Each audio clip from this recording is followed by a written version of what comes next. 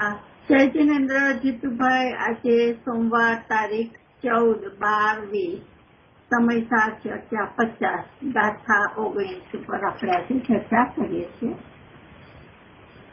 હા જી, જય જિનેન્દ્ર ભાનુબેન, જય જિનેન્દ્ર રજનીભાઈ અને ત્યાં જે હોય લતાબેન કે સૌનો જય જિનેન્દ્ર. હા હાજી. અચ્છા, હવે રજનીભાઈ અમને બોલ્યા કે વાત તો સાચી છે કે મને આશ્ચર્ય થાય કે સમયસાર ઉપર આપણે 50ની સ્વાધ્યાય છે, હાફ સેન્ચુરી કહી છે. બહુ સારી વાત છે અને આવી કલ્પના નહોતી. જયારે રજનીભાઈ ને ભાનુબેન જયારે આ વાત કરી ત્યારે મને એવું મગજમાં વિચારે બી નતો.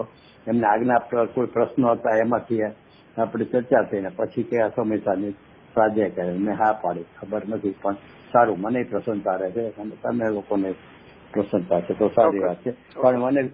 પણ તમને આ વિચાર આવ્યો પેલા મને એ વિચાર આવ્યો કે ગુરુદેવનો કોઈ પુણ્ય પ્રતાપ કેવો છે કે અમે અહીંયા સોનગઢમાં તો ઠીક છે એકબીજાને બધાને મળતા હોય હતા, તમે તો ત્યાં એકબીજાને મળી બી ન શકતા. ક્યાં કેનેડા ને ક્યાં તમારો ફ્લોરિડા ને ક્યાં શિકાગો ને ક્યાં કેલિફોર્નિયા, નામે અમને ન આવડે કેટલાક.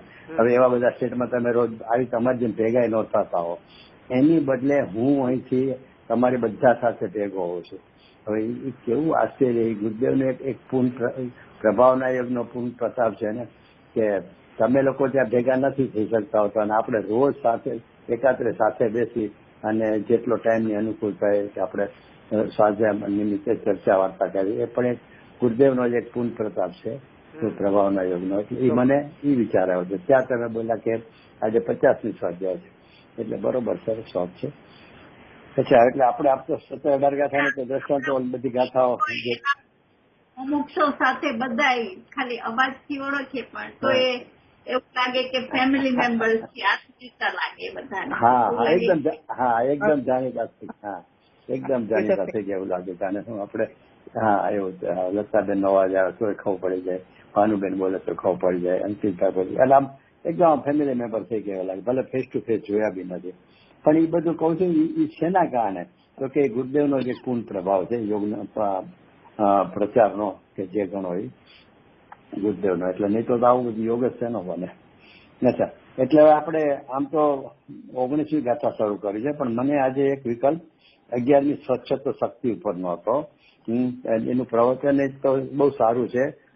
SS 15મી વાળા પ્રવચનનો 544 નંબર છે 11મી શક્તિનું. પણ મારે આમાંથી થોડુંક આ લેવાનું થોડુંક કારણ કે આમાં છે ને પ્રતિભાષા આવી જાય છે. શક્તિ 11મી હા, એટલે એમાં પ્રતિભાસ વાળી વાત આવી જાય છે. પછી લોકાલોકનો પ્રકાશક છે એ બી વાત આવી જાય છે આમાં. પછી 17-18 ગાથાનો સંદર્ભમાં સપોર્ટિંગમાં આ ગાથા આવી જાય છે.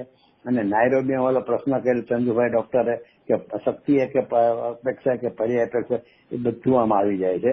એટલે એના બધા વિચારો મને કાલે બહુ આવેલા એટલે કીધું પેલા એ થોડુંક લઈ લઈએ પછી આપણે 19મી ગાથા ચાલુ કરશું. હવે અહીંયા તમારે જો પાનું અમારે તો 611 છે સમયસારમાં, તમારે 11 કે 12 છે પ્રત્ફેર હોય તો. હા, તો એમાં લીધું છે કે અમૂર્તિક આત્મ પ્રદેશોમાં પ્રકાશમાન લોકાલોકના આકારોથી મેચક એટલે અનેકપણું, અનેક આકારો એવો ઉપયોગ જેનું લક્ષણ છે એવી સચોટ શક્તિ. પછી કાઉન્સમાં જે ચંદીએ ઉમેર્યું છે કે જેમ દર્પણની સચોટ શક્તિથી તેના પર્યાયમાં ઘટપટાદી પ્રકાશે છે તેમ આત્માની સચોટ શક્તિથી તેના ઉપયોગમાં લોકાલોકના આકારો પ્રકાશે છે. કોની તો કે આત્માની સચોટ શક્તિથી કોઈ ભેદ નથી પડ્યો. આત્માની સચોટ જ્ઞાન અજ્ઞાનીનો ભેદ નથી. આત્માની સચોટ શક્તિથી એના ઉપયોગમાં ઉપયોગ એટલે તો જ્ઞાનનું વર્તમાન પરિણામ થયું એમાં લોકના આકારો પ્રકાશે છે કહો, પ્રતિભાસે છે કહો. તેનો પ્રકાશક છે આત્મા. ગુરુદેવના શબ્દોમાં કે જીવ લોકાલોકનો પ્રકાશક છે કહો. તો એ વાત અહીંયા જે છે જે પાછું કાઉન્સમાં સ્પષ્ટતા કરી છે સ્વચ્છત્વ ગુણની વ્યાખ્યામાં. એટલે મને એ ગાથા ત્યારે સાંભળીને ત્યારે બી મને બહુ પ્રવચન ગુરુદેવ સામે બહુ પસંદ પડ્યું હતું કે બહુ સરસ વાત છે કે અહીંયા શું વાત કરી છે કે એક તો લોકાલોકના આકારો પ્રકાશે છે તો એને મર્યાદા નથી, અમર્યાદિત આખો લોકાલોક એના બધા આકારો, એટલે એ અનેક આકારપણું છે ને, આખો લોક એટલે અનેકપણું થયું. એ અનેકપણું એમાં પ્રકાશિત રહ્યું છે સચેતન શક્તિના કારણે. પછી એમાં આગળ જશે કે એ પ્રતિભાસ થઈ રહ્યો છે. એ બધી વાત, એટલે આમાં ઘણી એટલી બધી વિશેષતા મને આમાં પ્રસન્નતા થઈ હતી. તો અહીંયા શું કહેવા માંગે છે કે પ્રવચનમાં કોઈ ખુલાસો કરે છે કે આ ઉપયોગ છે ને, અહીંયા સચેતન શક્તિના ઉપયોગમાં શબ્દ લીધો છે. એટલે એનો શું થયો કે આપણને સામાન્ય રીતે જ્ઞાન દર્શનનો ઉપયોગ જાણવાની ખબર છે, જાણવાની બાબતમાં ચારિત્રની બાબતમાં ઠીક છે, સુધતા પણ જાણવાની બાબતમાં જ્ઞાન ઉપયોગ ને દર્શન ઉપયોગ. જયારે અહીંયા સચેતનનું જે પરિણામ છે ને એને પણ ઉપયોગ જ કીધો છે. તો હવે બંને ત્રણેય ઉપયોગ લીધા તો ઓલા બે તો ભેદ પડી ગયો કે દર્શન ઉપયોગમાં અભેદપણે જાણે અને જ્ઞાન ઉપયોગમાં ભેદપૂર્વક જાણે. એટલે બધું ભેદ પાડીને જાણે, એકને 3 કાળ 3 લોક, એના દ્રવ્યગુણ, પર્યાય, વર્તમાન, ભૂત, ભવિષ્ય બધું જ તે ભેદપૂર્વક જાણે. એ તો એ કોઈ કલ્પના નથી થઈ શકે કઈ રીતે જાણતા હશે, એટલી વિશેષતા છે. એ ભેદપણે જાણે, અભેદમાં બધું છે કરીને. પણ તો પછી સ્વચ્છતાના ઉપયોગમાં શું લેવું? જો એ ઉપયોગ એની જેવું જ હોય, સ્વચ્છતાનો ઉપયોગ અને જ્ઞાનનો ઉપયોગ, તો એક સમાન બંને એ ઉપયોગનું, બંનેના ઉપયોગનું કાર્ય એક સમાન ન હોય. જો ઓલા બે માં આટલો ભેદ પડ્યો દર્શન જ્ઞાનનો, તો અહીંયા સ્વચ્છતાના ઉપયોગમાં કાંઈક ભેદ હોવો જોઈએ, નહીં તો એ ઉપયોગનો એ બે ગુણનું કાર્ય જુદું ન રહ્યું. તો કે હા એમાં છે, એ છે ને એ પાતળી રેખા છે, એટલે એમાં સમજવામાં મુશ્કેલી પડે એવું છે. તો કઈ રીતે છે કે જ્ઞાન દર્શનનો ઉપયોગ છે ને એનું કાર્ય જે છે ને જાણવારૂપ છે, જાણવું. અને સચેતન ગુણના ઉપયોગ જે છે એનું જે કાર્ય છે, જેને પ્રતિભાસ કહે છે, એ કાર્યનું એનું કાર્ય શું છે તો કે જણાવવું, એટલે કે બીજાને જણાવવું. એટલે કે જણાવતા રહેવું, જાણતા રહેવું નહીં. એટલે જ્ઞાન દર્શનમાં જાણવું છે અને સ્વચ્છત્વમાં જણાવવું છે. હવે એનું આપણે સામાન્ય દ્રષ્ટાંત લઈએ, જો કે દ્રષ્ટાંત એટલું એપ્રોપ્રિએટ નથી, પરંતુ એક સ્થૂળપણે સમજવા માટે કે ટ્યુબલાઇટ નો પ્રકાશ છે ને, એ ટ્યુબલાઇટના પ્રકાશથી ઘટપટાદીનું જાણવું થાય છે અને ઘટપટાદીથી ટ્યુબલાઇટના પ્રકાશનું હોવાપણું જણાય છે. ઘટપટાદીથી પ્રકાશનું હોવાપણું જણાય છે અને પ્રકાશથી ઘટપટાદી નું જાણવું થાય છે. એટલે જાણવું અને જણાય છે, એ બેમાં ભેદ છે. એટલે અહીંયા છે ને આ સચેતન શક્તિની વિશેષતા એ છે કે એ જણાય છે, અહીંયા લીધું છે એની વ્યાખ્યામાં. અને કેટલું જણાય છે તો કે આખા લોક છે ને એના અનેકાકારો, એટલે અનેકાકારો કહીને શું છે કે બધું જ સમજતા આવી ગયું. એમ નહીં કે આટલું છોડીને આટલું ઓલું છોડીને એવું બધું નહીં, બધું સમસ્ત, એટલે કાંઈ જ બાકી ન રહ્યું. એટલે 100 ને પર, એટલે સમસ્ત એમાં જણાઈ રહ્યા છે. તો જે 17-18 ગાથામાં કીધું કે આબાલ ગોપાલ ને સર્વને સદાકાળ પોતે જણાઈ ગયો છે, તો એ સમસ્તમાં 100 તો આવી ગયો કે નહીં, જણાઈ ગયો છે. તો હાજી એક સવાલ આપણે આગળ જઈએ. પેલા આજે સ્વચ્છતા શબ્દ કહ્યું કે સ્વચ્છતા એટલે જણાવવું અને જ્ઞાન એટલે જાણવું, જ્ઞાનનો ઉપયોગ. તો આજે આપણે ટ્યુબલાઇટ થી ઘટપટ આદિ પ્રકાશોની વાત કરી કે ટ્યુબલાઇટ થી જાણે છે અને જણાય છે, એ સ્વચ્છતા ઉપયોગ કોનો, કયા પદાર્થનો? ઘટપટની વાત છે એમાં કે પ્રકાશની વાત છે? ના, મેં કીધું ને કે દ્રષ્ટાંત એપ્રોપ્રિએટ નથી, ખાલી એક સમજવા પૂરતું કે પ્રકાશથી જાણવું થાય છે. એટલે જાણવું એટલે આપણે ખબર પડે કે ઘટપટ આદિને આપણે જાણ્યા. અને પછી જણાયમાં શું લેવું છે તો કે ઘટપટ છે ને એ પ્રકાશને જણાવે છે કે આ પ્રકાશ છે, એટલે જણાવે છે. એટલે જણાયો અને જણાવવું, ઓલું પોતા આપણે ઘટપટ જણાયા એટલે કે જણાવવું છું ઘટપટનું, અને ઓલાનું હોવાપણું જણાય છે. એટલે મારે કીધું ને એપ્રોપ્રિએટ નથી, પણ જાણવું થાય છે અને જણાય છે, એ બેનો ભેદ સમજાવવો છે. એ બેમાં શું ભેદ છે? સચેતન શક્તિના માધ્યમથી જે આબાલ ગોપાલને જણાય છે, જ્ઞાનમાં ઘટપટ ઝળકે છે, જે ઝળકવું છે, ઝળકવું જ્ઞાનમાં, એ ઝળકવું છે, એ સ્વચ્છતાની વાત છે. મારી ત્યાં જ વાત એ જ વાત છે આમાં. પણ મારે તો અહીંયા જણાય ને જાણવું બે શબ્દનો ભેદ પાડવો છે ને, એટલે ખરેખર થાય છે જ્ઞાનમાં ઝળકે છે. એટલે ત્યાં 271 કળશમાં જયચંદજી પંડિતે અને અમૃતચંદ્રએ બધા ઝળકે શબ્દ લીધો છે, આ પ્રતિભા શબ્દ લીધો હોય છે. એટલે ઝળકવું થાય ને એ સચત્વનું કાર્ય છે, પણ લખાય છે આમ સમુચયમાં જ્ઞાનની સાથે. ખુદ જયચંદજી પંડિતે ભાવાર્થમાં જ્ઞાન સચત્વના કારણે હું એમ કરી લીધું છે, એટલે જ્ઞાનના સચત્વના કારણે. એટલે જ્ઞાનમાં જયારે સચત્વ એટલે જ્ઞાન ને સચત્વ છે ને એ બધું એકરૂપપણે પરિણમે છે ને ભાઈ, આખા અનંત ગુણો એકરૂપપણે પરિણમે છે. એટલે એ એકરૂપે પરિણમે છે એટલે શું છે કે એ સચત ગુણનું કાર્ય એમાં લઈ લીધું. તો નહીં તો ખરેખર જુદું પણ ઝળકવું છે ને એ સચત ગુણના કાર્યમાં જાય છે, અને જાણવું લક્ષપૂર્વક થાય છે એ જ્ઞાનના કાર્યમાં જાય છે. પણ ત્યાં એમ જ લીધું કે જ્ઞાનના સચત્વનો એવો સ્વભાવ છે કે એમાં સમસ્પર્ધ ઝળકે છે, દેખાય છે, પ્રતિબિંબિત થાય છે. એટલે એ સચત્વ અને જ્ઞાન બંને એક લઈને જ વાત થતી હોય છે. એટલે ગુરુદેવે ક્યારે સચત્વ શક્તિને આબા ગોપાળમાં ક્યારે હાઇલાઇટ જ નથી કર્યો, હારે જોડ્યો જ નથી.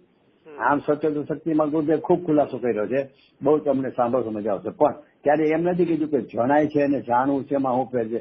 એટલે અહીંયા મારે આપણે સમજવું છે કે અહીંયા જે આબા ગોપાલને જણાય છે, એટલે જે નાયરોબીનો પ્રશ્ન કર્યો ને ચંદુભાઈ ડોક્ટરે, કે શું એમ પ્રશ્ન કર્યો કે સાહેબ શક્તિ અપેક્ષા જણાય છે ને, જાણનારો જણાય છે આપ કહો છો આબા ગોપાલને?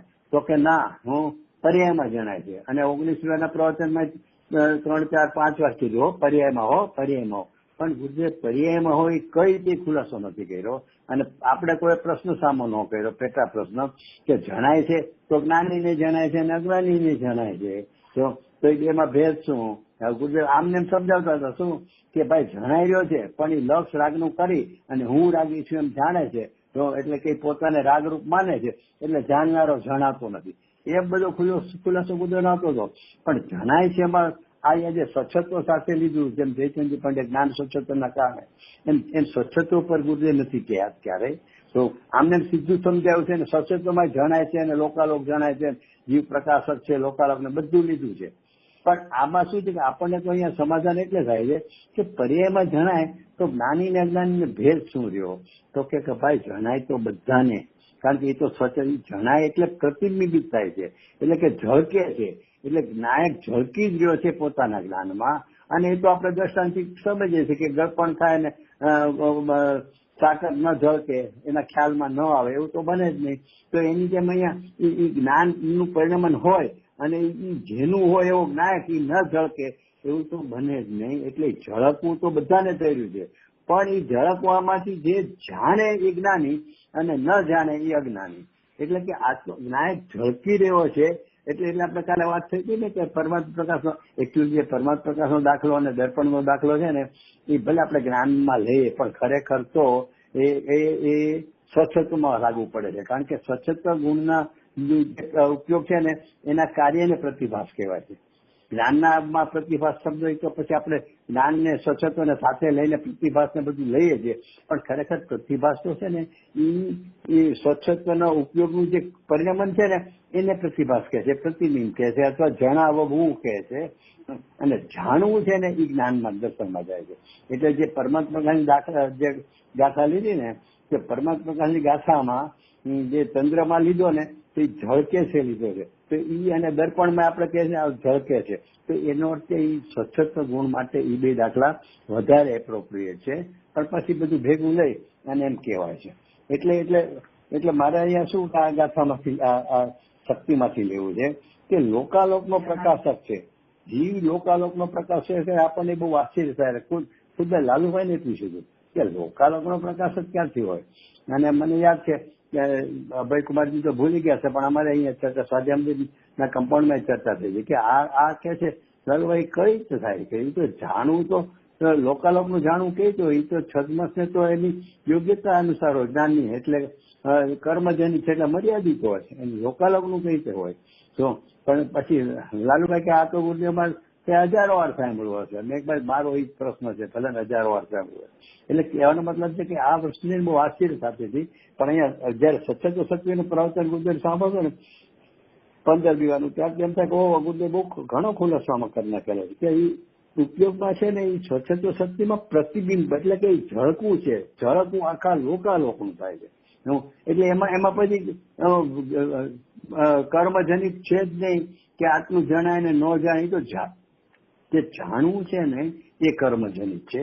જણાવવું એટલે કે પ્રતિબિંબિત થવું, પ્રતિભાષિત થવું એટલે કે ઝળકવું.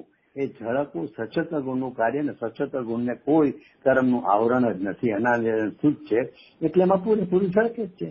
અને એટલે ગુરુદેવ કહેતા હતા કે જણાઈ રહ્યો છે પણ એનું લક્ષ કરતો નથી. કારણ કે જણાય છે તો આખું લોકાલોક, હવે લોકાલોકમાંથી જેનું લક્ષ કરીશ તો એ તો આપણને અનુભવ છે કે આપણે ક્યાંક મેળામાં ભેગા થયા અને છોકરું આપણું છૂટું પડી ગયું, નાનું છોકરો તો આપણે ગોત્યા, બધા નાના કેટલા છોકરા દેખાય પણ એ આપણી નજરમાં ન ચડે. ક્યાં છે મારો છોકરો દેખાય, હા એ મારો છોકરો. એટલે બધામાંથી જેની ઉપર લક્ષ જાય ને એનું જાણ થાય આ રહ્યો મારો છોકરો. એમ એ છે ને કઈ જાણવું છે ને એ જણાઈ રહ્યું છે લોકાલોક, અને એમાંથી જેનું લક્ષ કરે ને એને એ જાણે છે.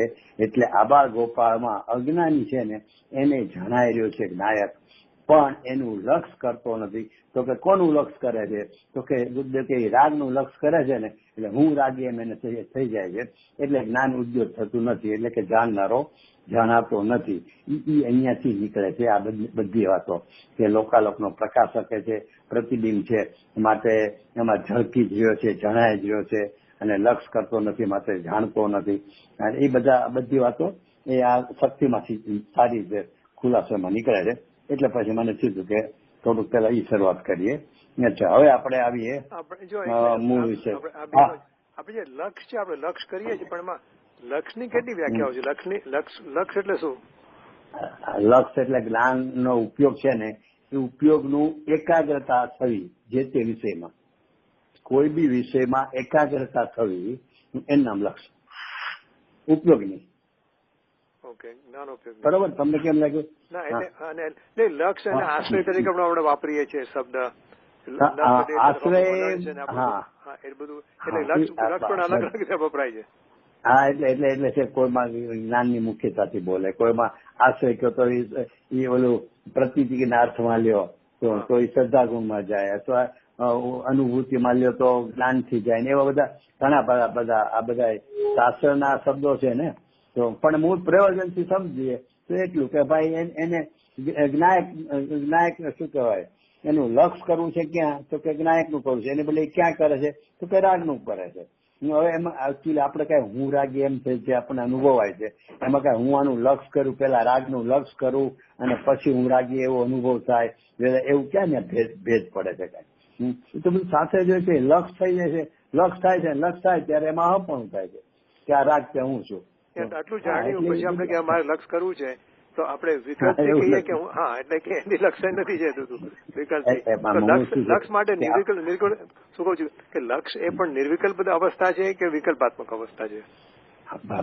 પહેલી ભૂમિકામાં તો લક્ષ કરવાની જે વાત આવી એ તો તમે બુદ્ધિપૂર્વક તર્કથી ન્યાયથી શું એ વિચાર મંથન કરીને લેશો એટલે એ તો વિકલ્પ વાળી વાત થઈ ને.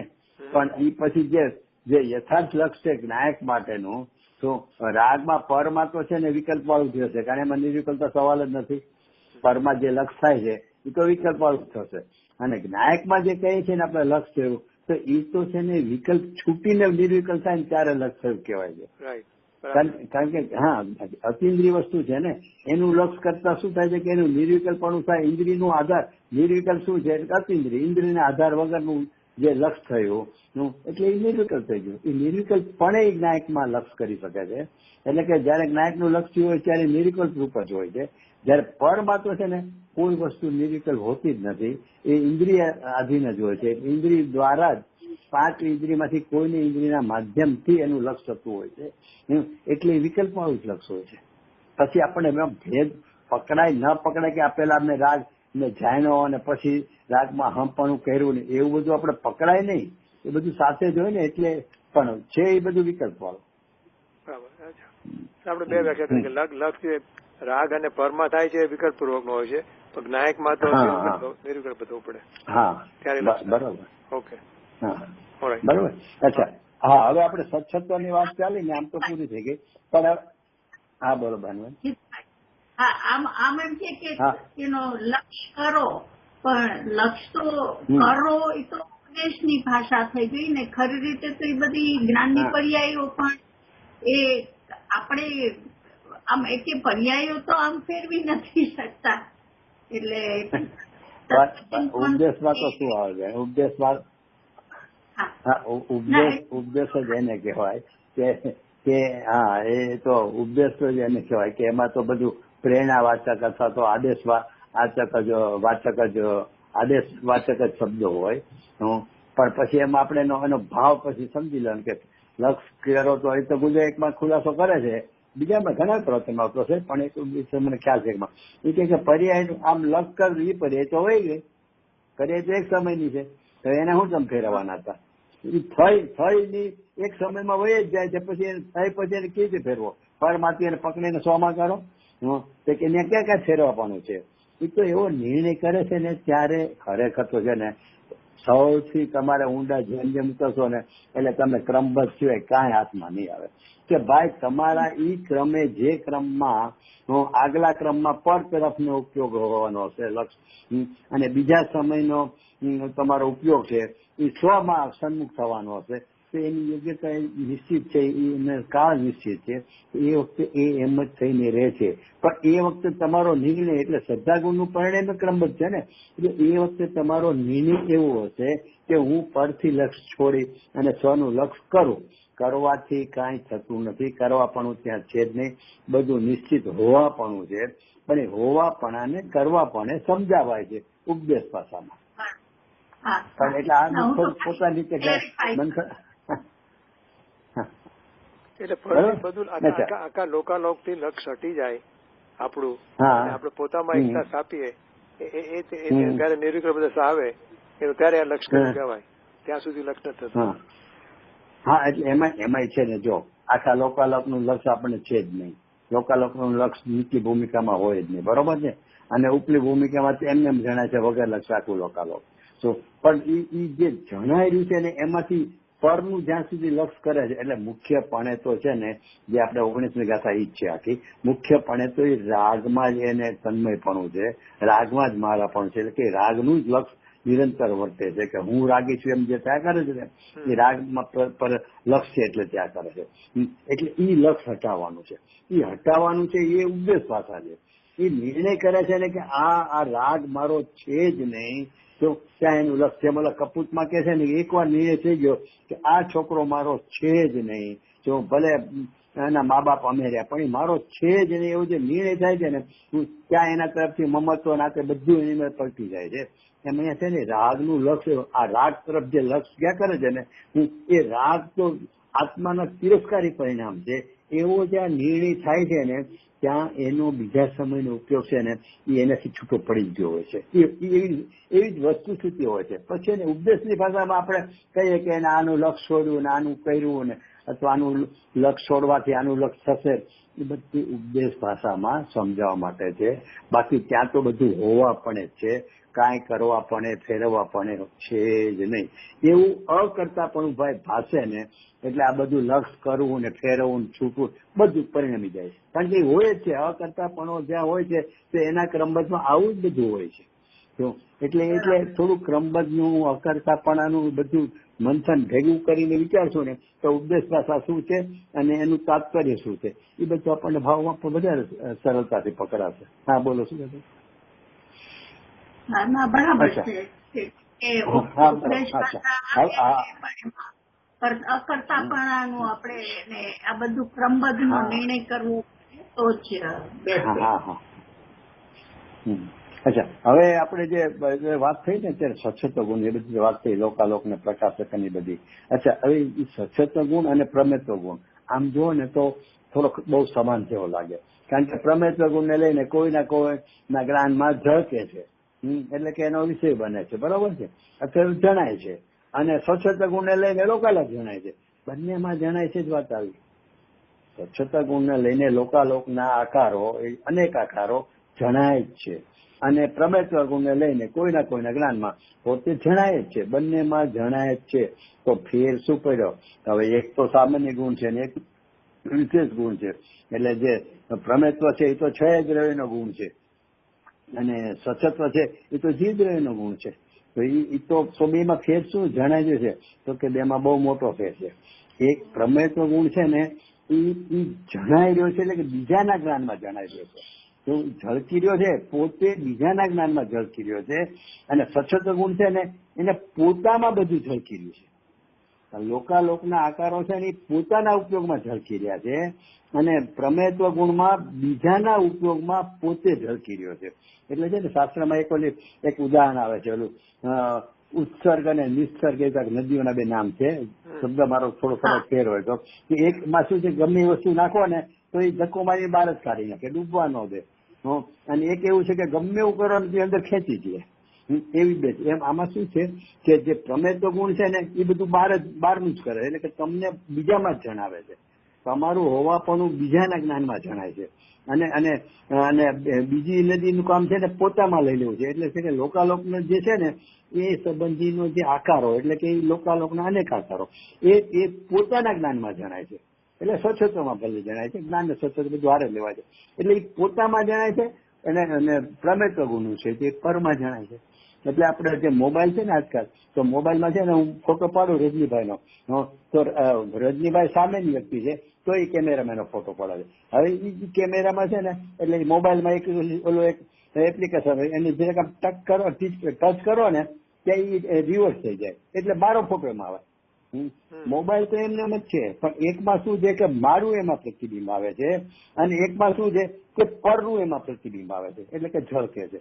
એટલે કે મારું જેમાં પ્રતિબિંબ આવે છે તો કઈ તો મારું પ્રતિબિંબ મોબાઈલમાં ગયું, એટલે એ થઈ ગયું પ્રમેયત્વ ગુણ, કે બીજાના જ્ઞાનમાં હું ઝળકો. અને બીજાનું પ્રતિબિંબ મારામાં આવ્યું, એટલે કે મોબાઈલમાં આવ્યું બીજાનું, એટલે એ થઈ ગયું સચોટ ગુણનું. કારણ કે લોકાલોક છે ને એ પોતાના સચોટ ઉપયોગમાં જણાય છે. એટલે બે કીધું લાગે એક સરખું, પણ બંનેના કાર્યમાં મોટો ફેર છે. એક પરમાં જણાય છે અને એક પરનું પોતામાં જણાય છે.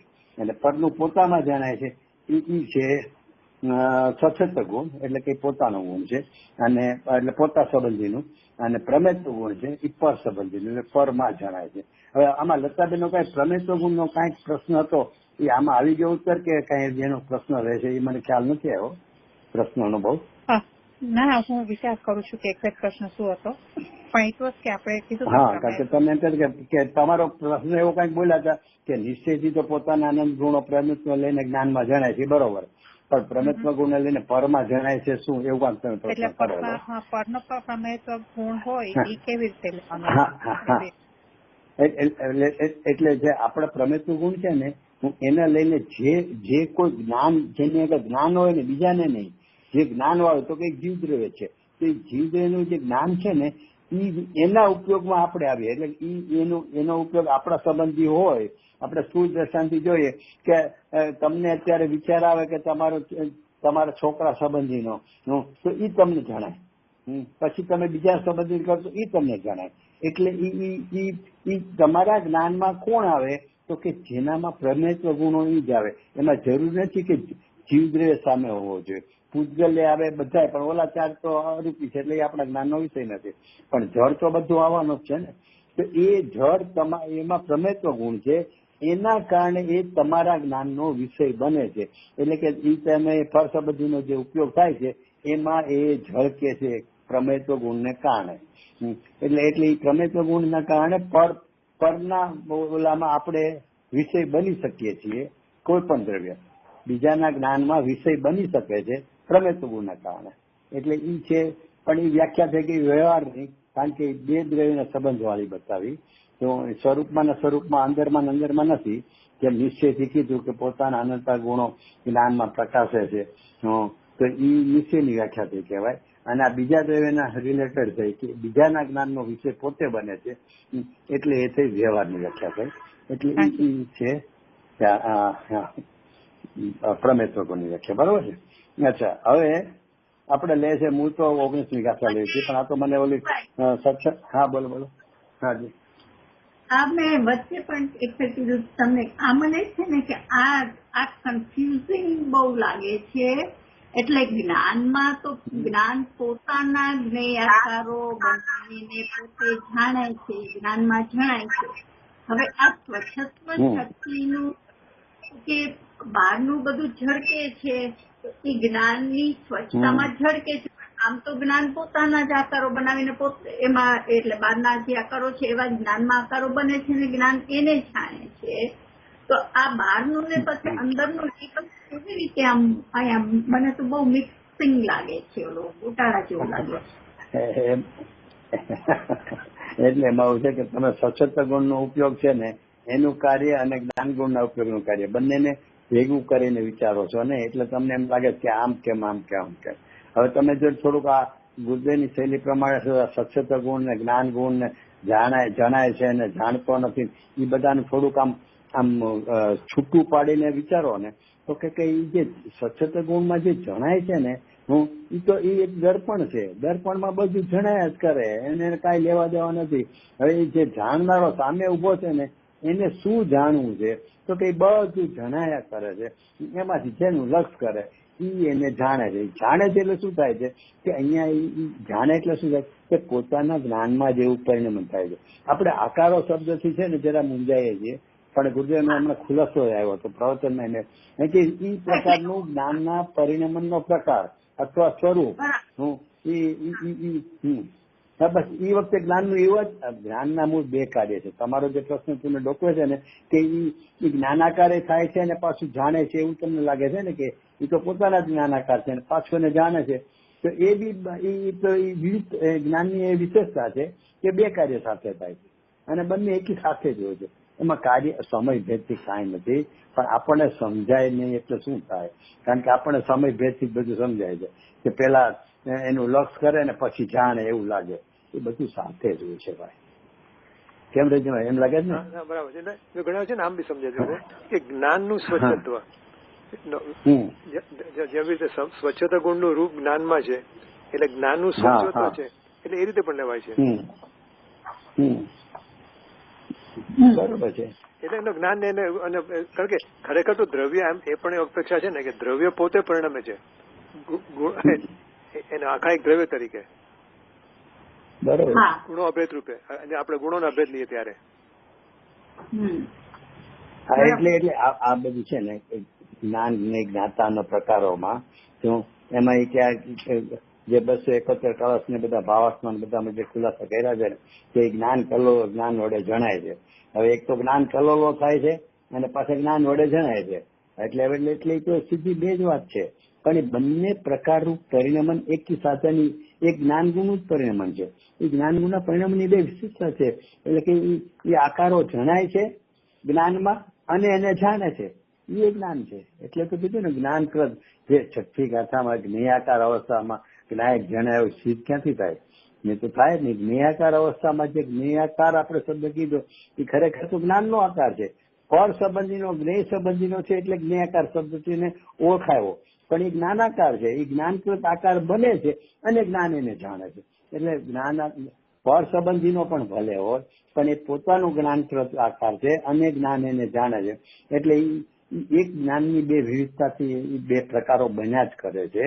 જે જ્ઞાનનું એક જ પરિણામ પણ જાણવું એ પ્રમાણે પરિણમવું અને એને જાણવું, એટલે કે જાણતું પરિણમતું જ જાણે છે જ્ઞાન. તો એ પરિણમતું જ જાણે છે તો એ જ્ઞાનની વિશેષતા છે. એટલે કે જ્ઞાન કલોલ ને જ્ઞાન વડે જ જાણે છે. એટલે એ આકારો પરના થાય છે એ પણ પોતાના જ્ઞાનના આકારો છે ને એને જ્ઞાન જાણે છે. હા, આમાં તમારો કોઈ બીજો હું ન સમજ્યો એવો કઈ પ્રશ્ન હોય તો કયો, હું આ સમજ્યો એ પ્રમાણે ખુલાસો કર્યો. પણ તમારો પ્રશ્ન જો કઈ કદાચ ભાનુબેન નો બીજો હોય તો બહુ પકડવાનો નથી. એક વાત કરી લઈએ. આજે સ્વચ્છતાની વાત કરી આપણે ત્યારે અમૂર્તિક આત્મ પ્રદેશોમાં પ્રકાશમાન જે લખ્યું છે ને એટલે આપણે એને આપણે સાદી ભાષામાં કહીએ તો અમૂર્તિક આત્મ પ્રદેશો, એમાં અમૂર્તિક લખવાની શું જરૂર હતી? એ કહી દઉં. એમાં ગુરુદેવ બહુ સરસ ખુલાસો કર્યો છે કે પ્રવચનમાં અમૂર્તિક એટલે કીધું કે બાકીના બધા મૂર્ત છે.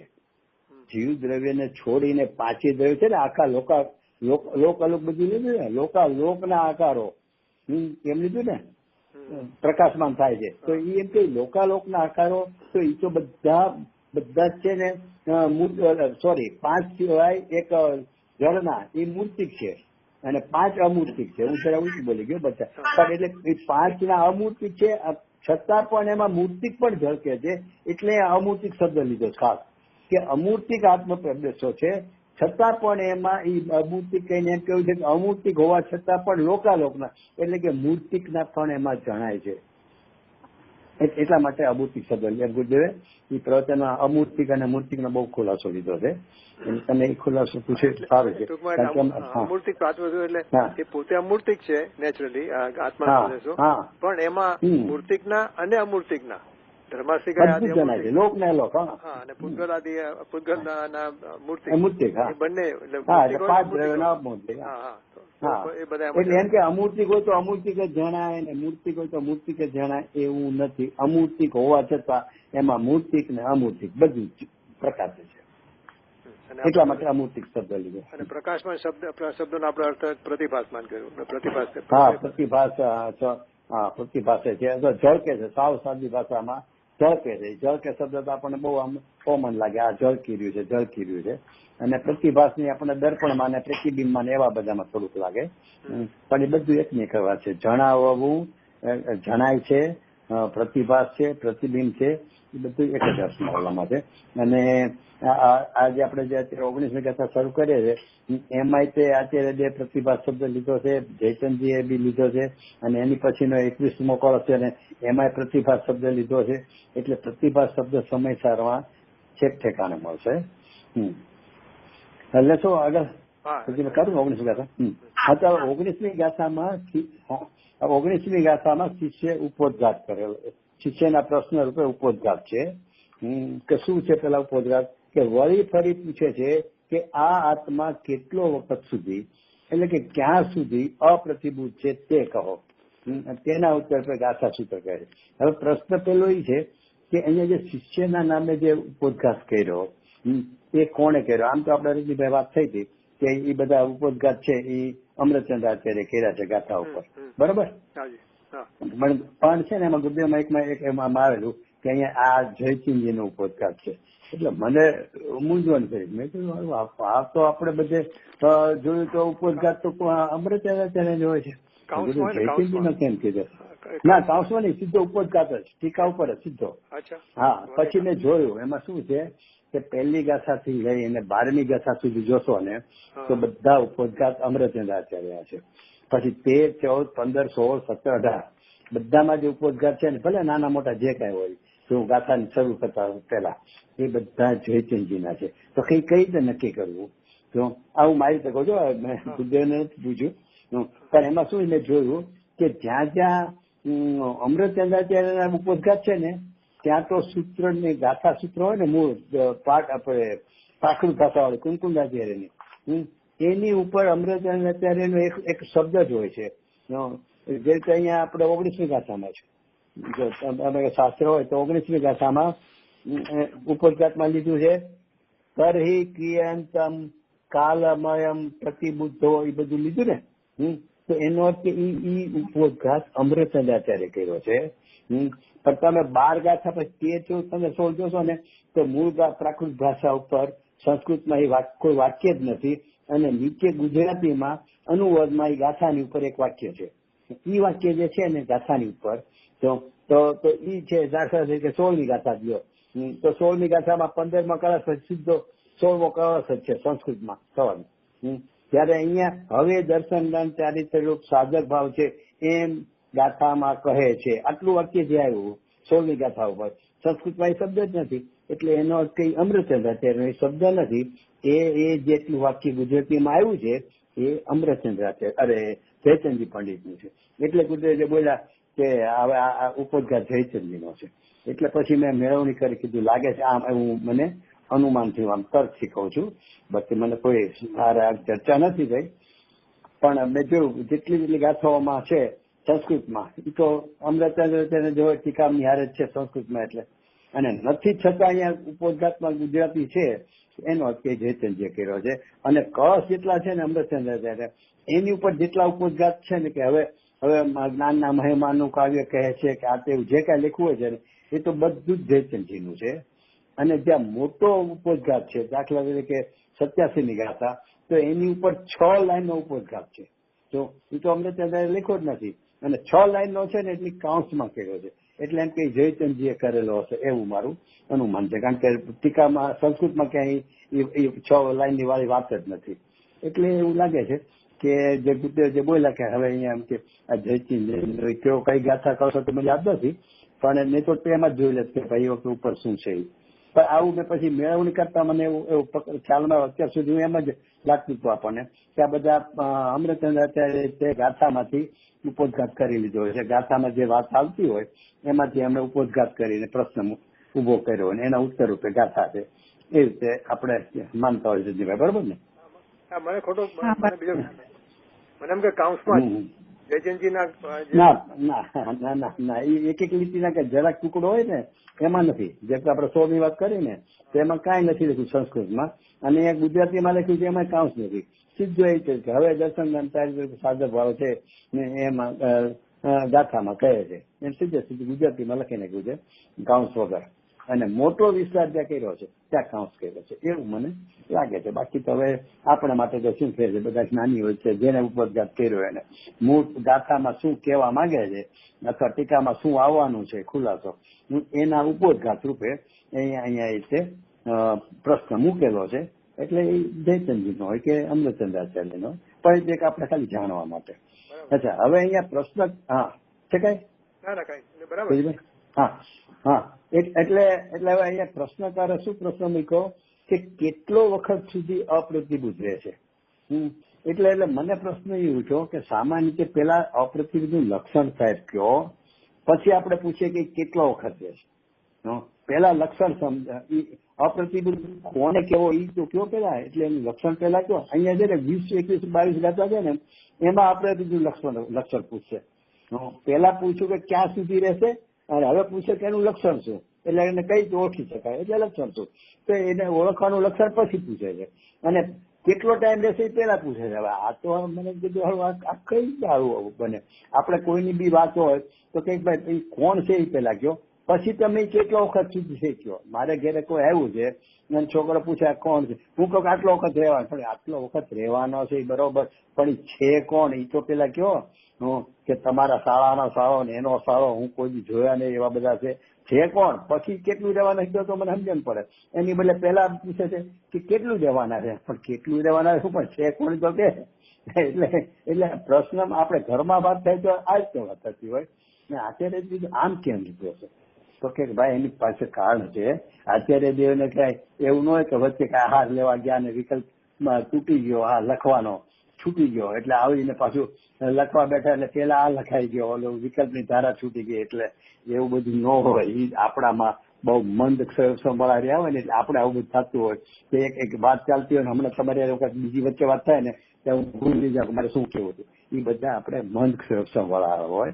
આ આચાર્યોને આ બધા સંતો જે શાસ્ત્રની રચના કરવા હોય છે ને એટલા વિશાળ જ્ઞાનના ધણી હોય છે કે જે આપણી કલ્પના ભારના છે.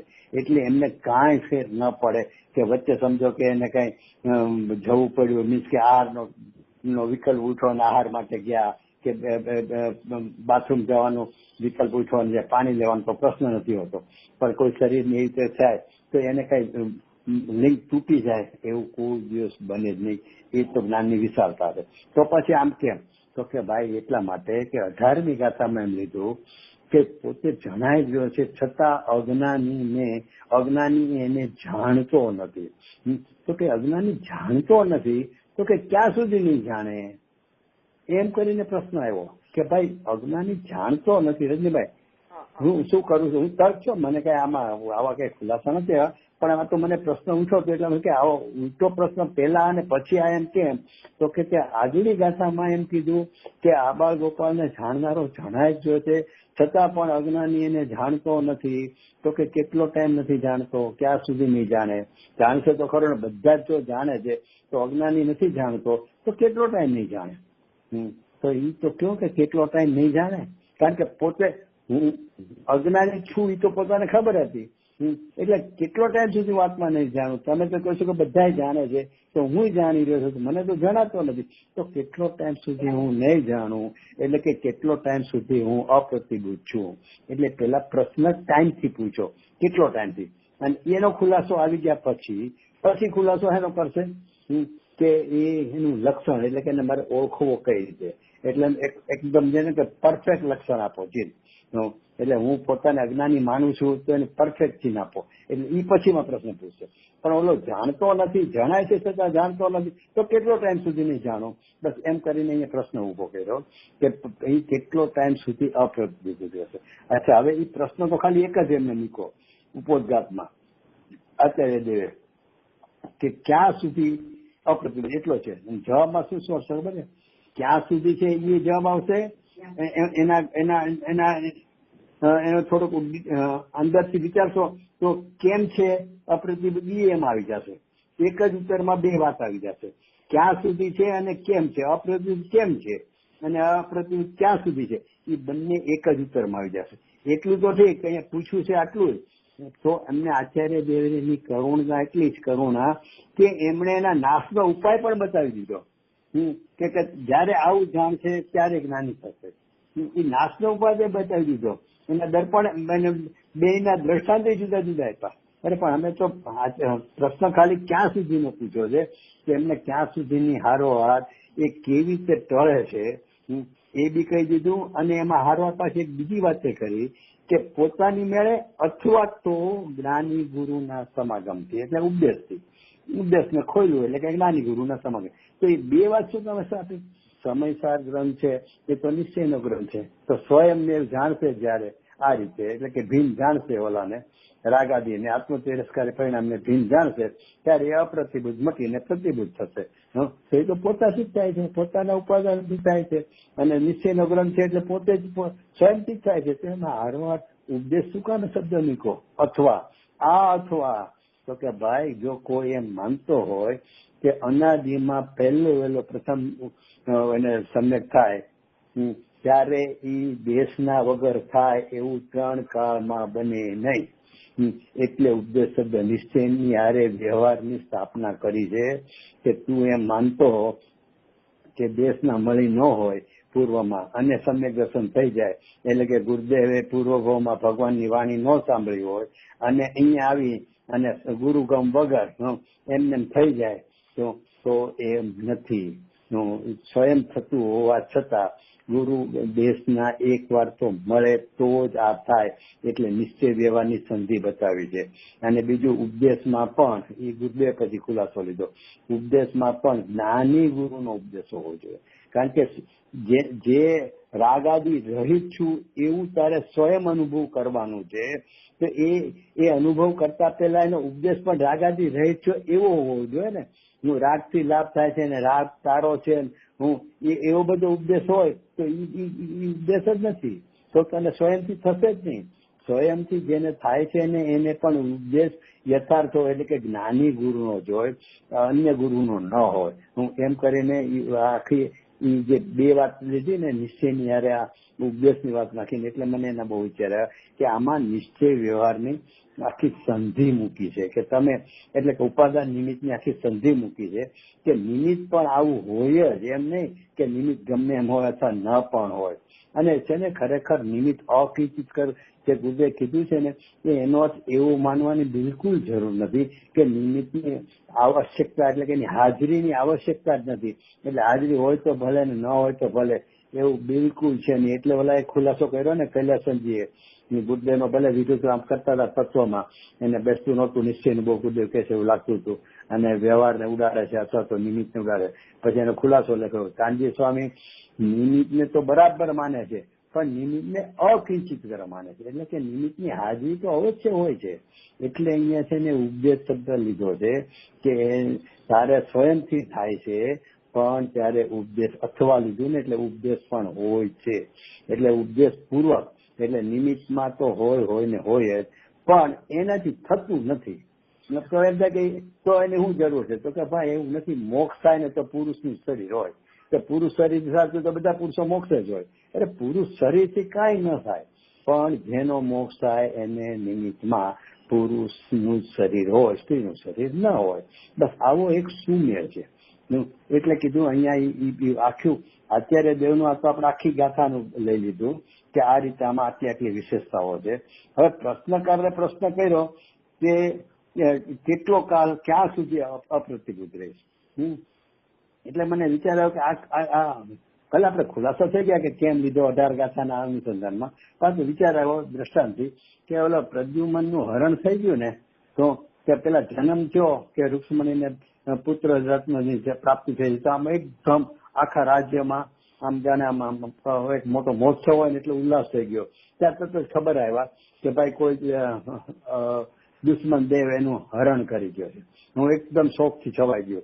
અને એ વખતે નારદ આયા કે ચિંતા નહીં કરો, હવે અહીંયા તો કોઈ મુનિરાજ છે નહીં, હું ચંદ્ર ભગવાન આગળ જઈ અને પૂછીને આવું છું. એટલે એ પૂછીને આવ્યા. મેં પૂછવા ગયા ત્યાં શું પૂછ્યું, તો વિરહ કેટલો ટાઈમનો છે, તો કે 16 વર્ષે પાછો આવી જશે.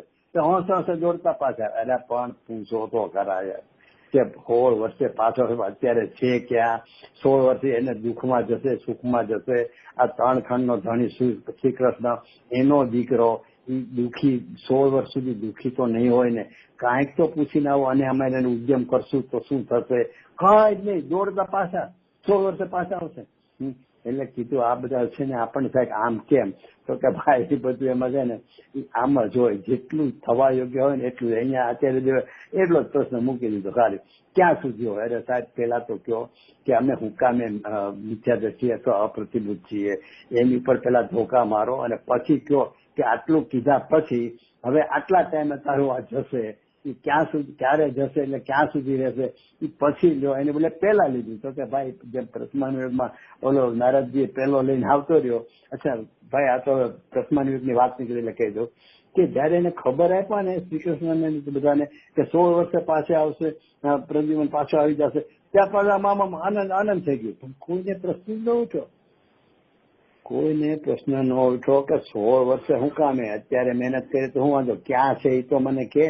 કાંઈક તો હું કહું આપણે પ્રેક્ટિકલી આપણા લાઈફમાં જોવો, અત્યારે આપણા છોકરાને કઈ કામ સીધું ને આવે અડધું કરીને આવ્યો હોય એ આપણને તરત પ્રશ્ન ન ઉઠે કે ભાઈ પાછો આવી જશે એમ કીધું ને પાછો. ઓલે આપણે કોઈક અમારે કોઈ ઇન્કમ ટેક્સમાં બીજા ત્રીજામાં ઓલું હોય ને રિફંડ લેવાનું, તો કે ભાઈ પૈસા પાછા આવી જશે. એટલે વકીલને પૂછે પાછા આવી જશે તો બરોબર છે, તે ભૂલથી આ કર્યું છે અને હિસાબમાં એટલા વધારે ગયા છે, પણ એ પાછા આવી જશે એ પાકું. પણ ક્યારે આવશે એ તો કે મહિને 2 મહિને 6 મહિને અમને કઈ ખબર તો પડી ગયો ને કે તો તપાસ કરે કે હજી નથી આવ્યા. ક્યારે આવશે કાંઈ નહીં, પાછા આવી જશે. એમાં એમ કે છે પ્રદ્યુમન પાછો આવી જશે, પણ ક્યાં છે? ભલે 16 વર્ષે પાછો આવી જશે, પણ ક્યાં છે એ તો પૂછતું આવવું જોઈએ ને.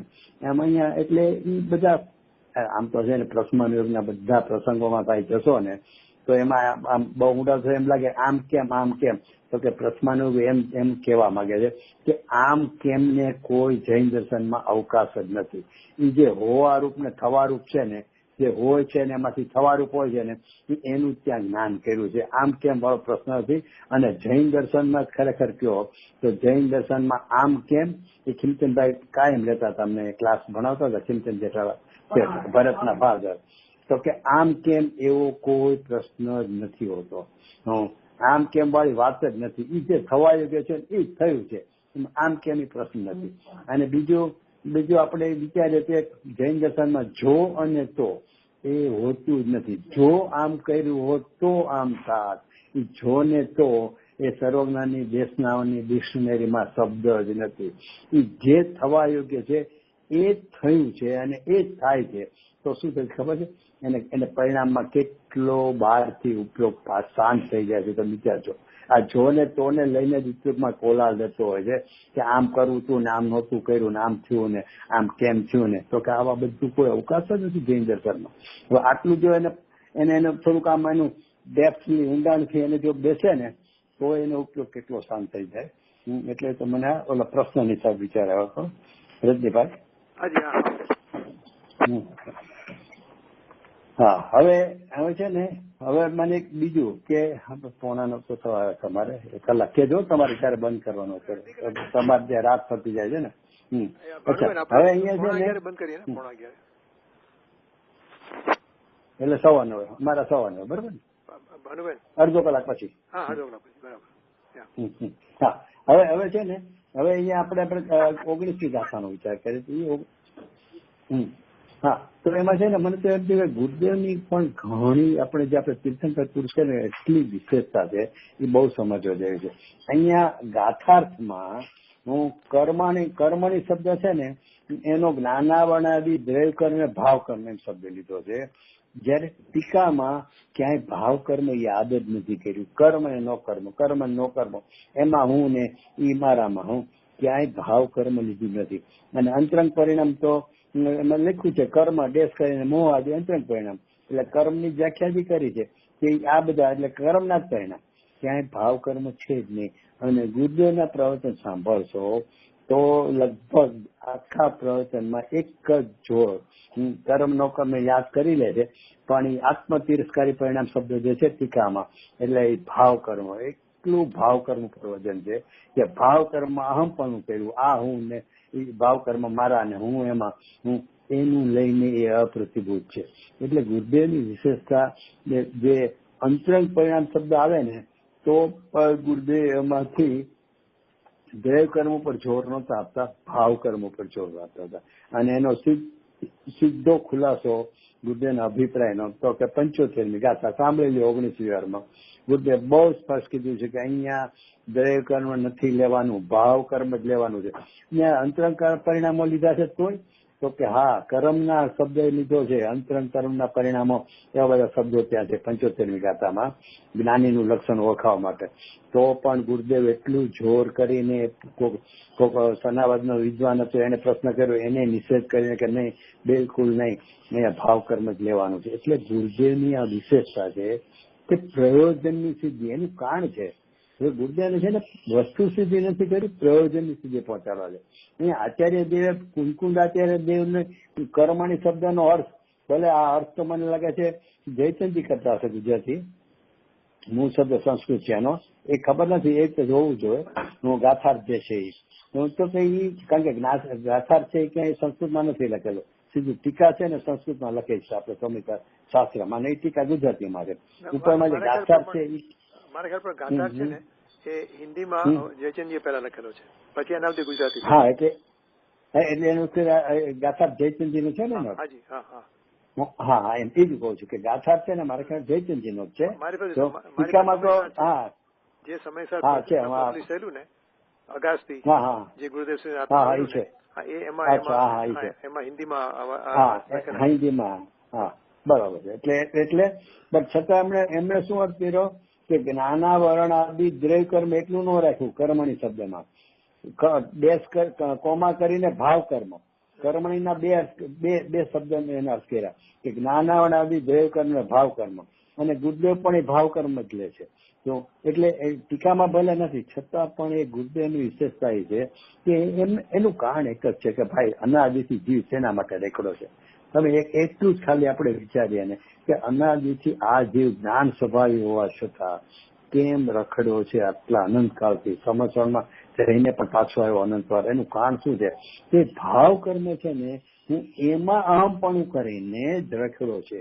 હું રાગી, હું દ્વેષી, હું ક્રોધી, એમાં જ રેખડો છે. એના કારણે જ એમાં અહમપણું આત્મ પ્રતિતિ કરીને, એટલે એનો ગુરુદેવનો તીવ્ર નિશ્ચય છે કે તારે એનાથી છૂટું પડવાનું છે. દ્રવ્ય કર્મ, અને આમે વિચાર કરો તો દ્રવ્ય કર્મ તો સ્વયં જ બીજું દ્રવ્ય છે, જળ છે. તો ભલે સૂક્ષ્મ જળ છે, રૂપી છે, એટલે આપણને દેખાતું નથી, એટલે કઈ અરૂપી નથી, જળ જ છે, એટલે ચેતનથી તદ્દન વિરુદ્ધ જ છે, ભિન્ન જ છે.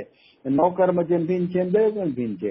એટલે ભિન્નતામાં ભિન્નપણાને માટે આમ જોર શોરથી કહેવાનો કઈ મતલબ નથી. જેનામાં પોતાપણું દેખાય છે એટલે કે એ અરૂપી જ છે, એ વિકારાદી ભાવ છે, કઈ રૂપી નથી, એ અરૂપી જ છે. તો છતાં પણ એમાં પોતાપણું નથી, એ નક્કી કરવામાં જોર દેવું પડે એવું છે ને. એટલે ગુરુદેવે જીવનભર ભાવ કર્મનો જ નિષેધ કર્યો છે. જ્યાં હોય ને ત્યાં આખા કરતા કર્મ અધિકારમાં કેટલી જગ્યાએ કર્મની વાત હોય, ગુરુદેવ કર્મને યાદ જ નથી કરતા. એ ભાવ કર્મથી જ ગુરુદેવ આખું પડાવે છે, એ ભાવ કર્મની ભિન્નતા. કારણ કે ભાવ કર્મની ભિન્નતા કર્યા વગર જે કોઈ દિવસ અપ્રતિબુદ્ધપણું એનું મટવાનું નથી. અને એ જે આ ગાથામાં. અચ્છા, હવે બીજું, આજે 19મી ગાથા 18 ગાથા સુધી છે ને ભાઈ જ્ઞાયક ઉપર જ વજન હતું. હું તેમ જો છઠ્ઠી ગાથા લેતો તો અપ્રમત પ્રમત રહિત જ્ઞાયક જ છે. પછી ઉપાસો તો જ્ઞાયક ને ઉપાસો, એટલે એક એક ગાથામાં લેતા જશો તો તમને એમ લાગશે કે અહીંયા જ્ઞાયક ઉપર જ આખું વજન છે. જ્ઞાયકમાં અહમપણું કરું એટલે જ્ઞાયકને જ બતાવો મહેનત કરે છે. જ્ઞાયાકાર અવસ્થામાં પણ જ્ઞાયક જણાઈ રહ્યો છે, જ્ઞાયક 18 ગાથા સુધી. આ બાળ ગોપાલને જણાઈ રહ્યો છે તો જાણનારો એટલે કે જ્ઞાયક જણાઈ રહ્યો છે. ત્યારે 19મી ગાથા આખી છે ને બીજી રીતે લીધી છે. અહીંયા હવે ચારિત્ર ગુણના ઓલા દર્શન જ્ઞાનથી વાત લીધી મુખ્યતાથી, કે જ્ઞાયકને જાણે છે ને જાણતો નથી અથવા તો એને સજતો નથી, એ બધું દર્શન જ્ઞાનથી મુખ્યતાથી વાત લે. જ્યારે 19મા બોલમાં છે ને ચારિત્ર ગુણની જે વિકારી પર્યાય છે એના ભેદ જ્ઞાનથી આખી વાત ઉપાડી છે. એટલે અહીંયા આખો વિષય વાત તો તમને પ્રયોજનની સૂચિનું જ છે, પણ ઓનું છે ને થોડુંક અઘરું પડતું હતું. અઘરું એટલે કે જ્ઞાયક આ બધી પર્યાય હોવા છતાં પ્રમત અપ્રમત જ્ઞાયક છે અથવા જ્ઞાયાકારમાં જ્ઞાયક જણાઈ રહ્યો છે. હવે અહીંયા તો છે ને પ્રેક્ટિકલી આપણને લાગે કે આ જે રાગાદીને હું પણ અનુભવ છે ને તો કઈ રાગાદી તારા નથી, બસ હું એવું નક્કી કરવા માંગે છે. એટલે આખી આમાં અહીંથી ગાથાની પદ્ધતિનો પ્રકાર બધામાં ઓલામાં જ્ઞાયકમાં અહમપણું કરાવવું છે, આમાં રાગાદીનું ભિન્નત્વ કરાવીને જ્ઞાયકમાં અહમપણું કરાવવું છે. પણ અહીંયા રાગાદીના ભિન્નત્વથી વાત ઉપાડી છે. એટલે આ ગાથાઓ છે ને થોડી સરળ લાગે. એટલે મને બધાની મને નથી ખબર, પણ મને એમ થયું કે આ ગાથા છે ને ભેદનાની ગાથા છે, એટલે આમ સરળ લાગે. શું કે ભાઈ જેમ તું ઘટપટાદીમાં અને એના પૂજગલ સ્કંજોમાં એમાં બેમાં એક વસ્તુ પણ માને છો ને એ તો બરાબર છે, પણ આમાં તો કે તું રાગાદીમાં તો તારા આત્માનો તિરસ્કાર કરવા પરિણામ છે. હવે અહીંયા અમૃતચંદ્ર અત્યારે જે હતો કર્મ એ નો કર્મમાં જ લીધું છે, આત્મ તિરસ્કારી. કે ભાઈ આ પૂજગલ પરિણામો છે એ ક્યાં, તો કે આત્મ તિરસ્કારી છે ને એટલે જીવના જે વિકારી પરિણામ વિકાર પૂજગલના લક્ષ્ય થાય. એકચ્યુઅલી છે ને પૂજગલના લક્ષ્ય થાય છે, એને પૂજગલમાં તમે પ્રયોજન સિદ્ધિ કરવી હોય ને તો જેના સંગે થાય એના ખાતામાં નાખો તો જ તમે એનાથી છૂટા પડી શકશો. જ્યાં સુધી મારા તો છે ને મારી પર્યાયમાં તો છે ને એમ કરતા રહેશો તો કોઈ દિવસ એનાથી ભીનપણું થશે નહીં. અને એનો સિમ્પલ દર્શન કે કપૂતને મારો કરશો તો હેરાન થઈને આખી જિંદગી દુઃખી થઈને મરશો, પણ કપૂતને ઘરમાંથી કાઢી નહીં શકો. ભાઈ તમારે સુખી થવું હોય તો કપૂત એકવાર મારો છે જ નહીં, એ છાપામાં ને કોર્ટમાં ને એફિડેવિટ બધે ડિક્લેર કરશો તો જ તમે સુખી થઈ શકશો. એટલે તમારો હોવા છતાં પણ તમારો નથી એવું જ્યાં સુધી તમારો અભિપ્રાય નહીં થાય ત્યાં સુધી તમે કપૂતને કાઢી નહીં શકો અને સુખી નહીં થઈ શકો. એટલે ગુરુદેવનું અહીંયા આખું વજન ઈ છે. અને એટલે અહીંયા ગાથા આટલી સરળ રીતે છે કે રાગ આદિને તું પોતાપણે માને છો, પેલા ઘટપટ અને એટલે ઘડાને અને સ્કંધને એટલે કે માટીને એ બે એકરૂપ માને છો એ તો બરાબર છે, પણ એવી રીતે તું આત્માને અને રાગ આદિને એકપણે માનીશ ત્યાં સુધી તું અજ્ઞાની છો, અપ્રતિબિંબ છો. એ વાત ઉપર આખું વચન છે. એટલે આત્મ તિરસ્કારી પરિણામ શબ્દ શું વાપર્યો છે? આત્મ તિરસ્કારી પરિણામ. અને આગળ કોઈ એક ગાથામાં આત્મઘાતી શબ્દ લીધો છે રાગ આદિ માટે, આત્મઘાતી પણ અહીંયા આત્મ તિરસ્કારી પરિણામ. અને એ આત્મ તિરસ્કારી પરિણામ ટીકાકારે પોતે લીધા છે, એટલે અમૃતચંદ્ર પોતે આત્મ તિરસ્કારી પરિણામ લીધા છે. પણ અહીંયા આત્મ તિરસ્કારી પરિણામમાં વજન આખું શેનું છે તો કે ભાઈ તે જેમાં અનાદિથી તે એકત્વ કર્યું છે ને એને લઈ દુઃખી છો, એટલે એના નિષેધ માટે રાગ આદિનું પ્રયોજનની સિદ્ધિ છે ને ભેદજ્ઞાનની. એટલે અહીંયા ભેદજ્ઞાન વડે આખું સમજાવવું છે. નાયકની સિદ્ધિ કરીને સમજાવ્યું હતું, હવે અહીંયા રાગ આદિના ભેદજ્ઞાન વડે સમજાવવું છે. અને એટલે મને તો ગાથામાં થોડી વધારે સમજ આવે. ઓલો થોડો જ્ઞાનને ની કસોટીનો આખો વિષય હતો અત્યાર સુધી. અને અહીંયા જાણે પ્રેક્ટિકલી લખે કે વાત સાચી કે આ રાગ દ્વેષ ક્રોધમાં આખો દી હું કરું છું, પણ આ ક્યાં મારું સ્વરૂપ હતું? હું જ્ઞાન સ્વભાવી અને આ રાગમાં હું શું એકત્વ કરું છું? આ રાગ તો હે ને થાય છે પરની સામું જોઈને ક્યાં કરે છે? કાંઈ નહીં તો પેલો ને ભગવાનની સામું જોઈને કે ગુરુદેવની સામું જોઈને પણ રાગ ક્યાં કરે છે ને? એટલે એ તો પરના જ છે, મારા ક્યાંથી હોય? મારી સામું તો જોઈ થતા જ નથી. તો એ છે ને આમ જાણે પ્રેક્ટિકલી એમ લાગે કે હા વાત સાચી કે રાગ મારી સામું થઈને કાંઈ જોઈને થતો જ નથી. માટે રાગ આત્મ તિરસ્કારી પરિણામ એટલે કે મારા છે જ નહીં એનો નિષેધ કરાવે છે. એટલે આ ગાથામાં એ રીતે લીધું છે. હા, હવે એમાં એટલે પેલા તો કર્મણી શબ્દનો આપણે ખુલાસો કર્યો. અચ્છા, હવે એમાં શું છે કે સામાન્ય રીતે ભાઈ શું હોય છે કે અહીંયા સિદ્ધ શું કરવું છે કે તું રાગાદી દ્રવ્ય કર્મનો કર્મ ભાવ કર્મ એટલે એને પરભાવ કે છે. એટલે 10મો ક્લાસ આગળનો આવ્યો ને એમાં પરભાવની વ્યાખ્યામાં ત્રણેય લીધા છે કે પરદ્રવ્યના ભાવો અને પરદ્રવ્યના નિમિત્તે થતા જીવના વિકારી ભાવો, એ ત્રણેયને પરભાવો કીધા છે. એટલે કે પરભાવો છે ને એનામાં તું આત્માને અને પરભાવોમાં એકત્વ કરીશ, એક વસ્તુ પણ એને તું અનુભવીશ તો તું અજ્ઞાની છો. તો એક પણ અનુભવીશ છે ને તો કે પરભાવને અને આત્માને, તો સામે દ્રષ્ટામાં એક પણ અનુભવ ખોટું છે એમ હોવું જોઈએ ને. સિદ્ધાંતમાં એ કેવું છે કે એક પણ આ બેમાં તું કરે છો એ ખોટું છે એટલે કે અજ્ઞાન છે તારું. તો સામે દ્રષ્ટાંતમાં એમ હોવું જોઈએ. એની બદલે અહીંયા આખો દ્રષ્ટાંતનો પ્રકાર પદ્ધતિ આખી આચાર્ય ફેરવી કે પેલા જે તું દ્રષ્ટાંતમાં જે તું એક પણ માને છો ને એ તો બરાબર સાચું છે એમ જ છે, પણ એની જેમ તું આમાં એમ માનીશ તો કે કેમ, તો કે આ ભીન છે ને એમાં તું એક માનીશ, માટે એ તારું અજ્ઞાન છે. એટલે અહીંયા એક સાચું છે અને સાચાના દ્રષ્ટાંતથી આ તારું ખોટું છે, સાચાના દ્રષ્ટાંતથી સિદ્ધાંતમાં તારું જો માનવું છે એ ખોટું છે, એ રીતે લીધું છે બંનેને. એ તો સામાન્ય શું હવે દ્રષ્ટાંત એમ છે કે સ્પર્શ ગંધ લખ્યું ને, જે રીતે સ્પર્શ ગંધ આદિ ભાવોમાં તથા પહોળું તળિયું પેટાળ આદિના આકારે પરિણેલ પૂતગલના સ્કંધોમાં આ ઘડો છે એમ, અને ઘડામાં સ્પર્શ ગંધ આદિ ભાવો તથા પહોળું તળિયું પેટાળ આદિના આકારે પરિણે પૂતગલ સ્કંધો છે એમ વસ્તુના અભેદથી અનુભૂતિ થાય છે. એટલે એ તો બરાબર છે. તો એ બરાબર છે એની સામે સિદ્ધાંત શું આવે કે આત્માને અને એનો ઉપયોગ, જ્ઞાનનો ઉપયોગ, હું એ બે નથી એક માને, એટલે કે ઉપયોગમાં ઉપયોગ છે એટલે કે ઉપયોગમાં આત્મા છે અને આત્મામાં ઉપયોગ છે એ બરાબર છે. ઓલા બરાબર દ્રષ્ટાંતની સામે સિદ્ધાંતમાં બરાબર છે વાળી વાત આવવું જોઈએ, કારણ કે દ્રષ્ટાંત સિદ્ધાંત એકબીજાને અનુકૂળ હોય. અહીંયા શું લીધું છે, આખી શૈલી આખી ફેરવી છે કે ઓલું તો બરાબર છે કે એટલે માટીનો એટલે પૂતગલ સ્કંધ કયો કે માટીમાં ઘડો છે અને ઘડામાં માટી છે, એ બરાબર છે. એટલે તું એ બેને એક રૂપ માનીશ, એક પણ જોઈશ, એક વસ્તુ પણ અનુભવીશ તો એ યથાર્થ છે, તારું જ્ઞાન યથાર્થ છે. સમ્યક જ્ઞાન મિથ્યા જ્ઞાનની વાત નથી, અહીંયા તારું જ્ઞાન એટલું સાચું છે તે જાણ્યું. એવી જ રીતે આ કર્મ અને નો કર્મ, એટલે કે કર્મ નો કર્મ એના સંગે થતા ભાવ કર્મ, જેને આપણે પરભાવ કીધા, એ પરભાવમાં આત્મા અને આત્મામાં પરભાવ એવું તું માનીશ તો એ તારું અજ્ઞાન છે. ઓલાથી વિપરીત કીધું. કેમ તો કે ઓલી તો બંને એક જ સ્વરૂપની હતી, એટલે એક સ્વરૂપમાં એક રૂપપણે માન્યું, એક વસ્તુપણે માન્યું તો યથાર્થ જ્ઞાન હતું. પણ અહીંયા તો એમ કે છે કે આત્મ તિરસ્કારી પરિણામ છે. આ ત્રણેય પરભાવ કીધા ને એ આત્માથી તદ્દન વિપરીત ભાવ છે, અને આત્મા એનાથી જુદો છે. એટલે કે એ બંનેનું ભિન્નપણું છે, અને એ ભિન્નપણું હોવા છતાં ઓલાની જેવ એક વસ્તુ પણ માનો તો તારું એ અપ્રતિબદ્ધપણું ત્યાં સુધી તારું ટકી રહેવાનું છે. એટલે ત્યાં સુધી તું અપ્રતિબદ્ધ છો.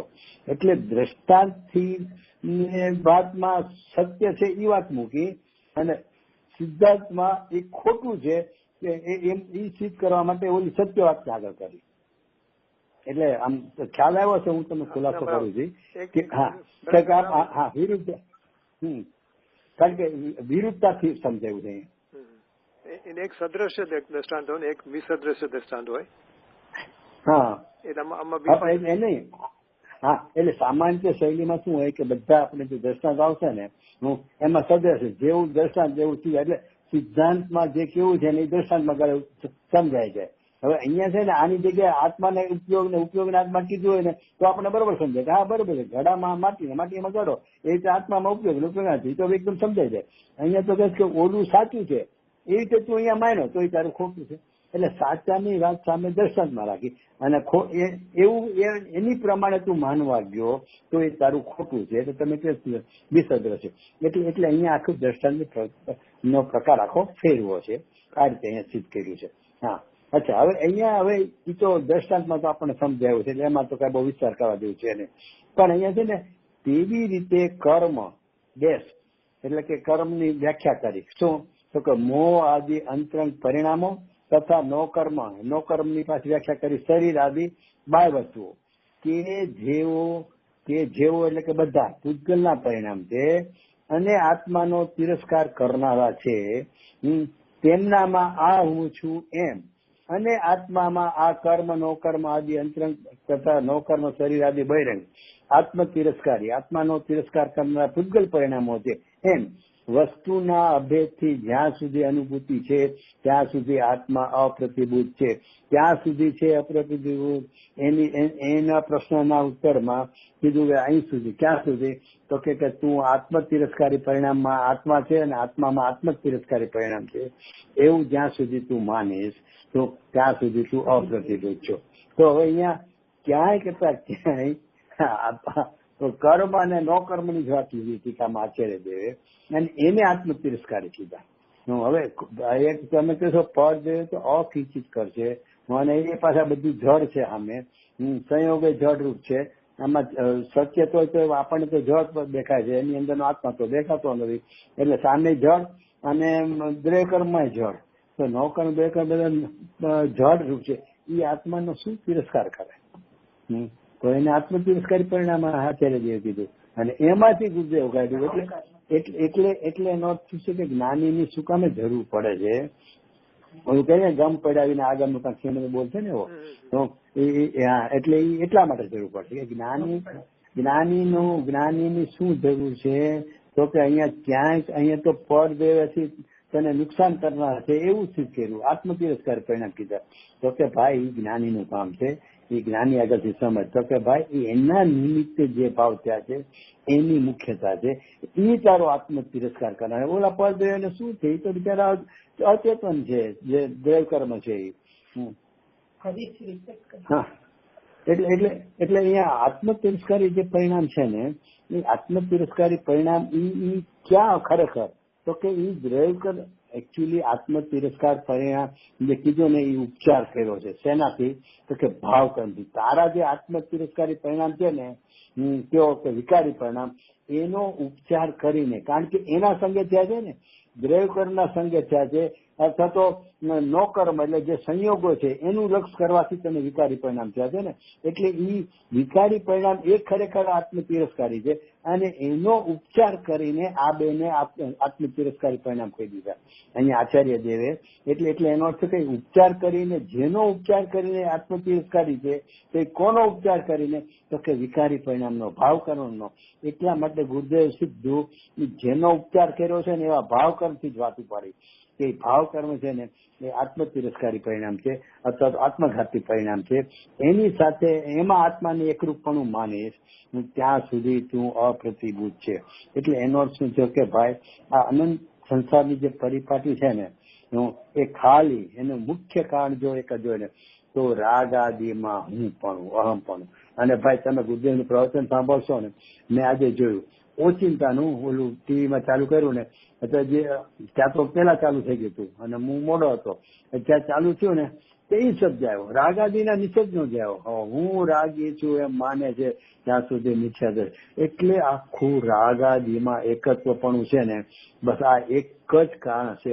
એટલે મુખ્યમાં મુખ્ય જો તારે કઈ કરવાપણું હોય ને તો રાગાદીનું ભિન્નપણું. વર્તમાનમાં સાહેબ પણ રાગાદી મારી પર્યાયમાં તો છે ને, એ પર્યાય સારી નથી. એક જ વાત, કપૂત ભલે તારા, તમે મા બાપ હો કપૂતના, એ કપૂત તમારો હોય જ ન શકે. બસ આ એક એને ઉપાડ એટલો અંદરથી એને રાગાદીનો નિષેધનો એટલો જોર આવવાની જરૂર છે. અને એના માટે ગુરુદેવ દ્રષ્ટાંત આપતા હતા. કઈ રીતે આવે તો કે દેરાણી જેઠાણી દ્રષ્ટાંત આપીને આપણે વાત તો થઈ ગઈ હતી કે એ બેન અંદરમાં છે ને એને અભિપ્રાયમાં એકબીજાને ખટક રહે. બહારના વ્યવહારમાં કાંઈ ન હોય પણ અંદરમાં અભિપ્રાયમાં એને ખટક ખટક ખટક એટલી ચાલતી હોય છે કે એક કાળે બે છૂટા પડી જાય છે. એમ અહીંયા છે ને એને બધામાં જોડાણ હોય, જે હોય.